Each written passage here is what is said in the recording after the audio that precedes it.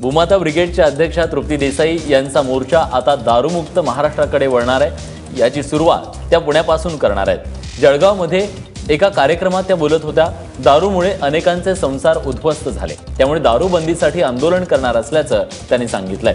सोबतच महिलांवरील अत्याचार रोखण्यासाठी गावागावात ताईगिरी पथक सुरू केलं जाणार असल्याचंही त्यांनी सांगितलं।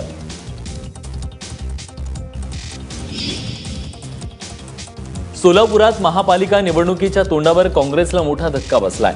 काँग्रेसच्या विद्यमान नगरसेवकांनी शिवसेनेची वाट धरली आहे। त्यासाठी या 6ही नगरसेवकांनी पालिका आयुक्तांकडे राजीनामे सोपवलेत। राजकुमार हंचाटे, देवेंद्र कोठे, निर्मला नल्ला, कुमुद अंकाराम, विनायक कोंड्याल आणि विठ्ठल कोटा अशी या नगरसेवकांची नावं आहेत।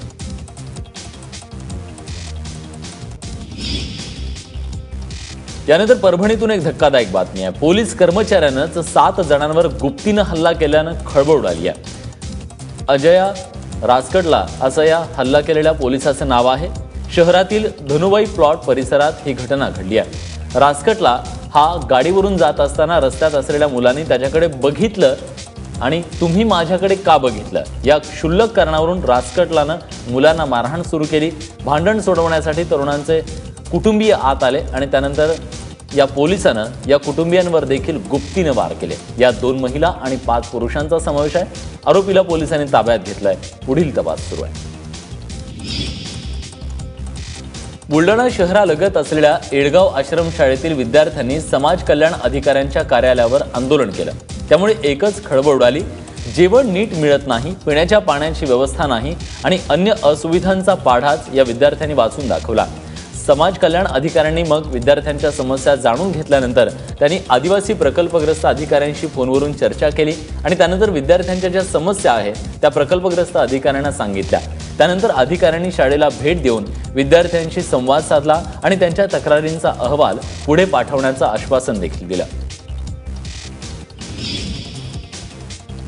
सातारा जिल्ह्यातल्या मायणीत वैद्यकीय महाविद्यालयाच्या 95 विद्यार्थ्यांनी उपोषण सुरू केले।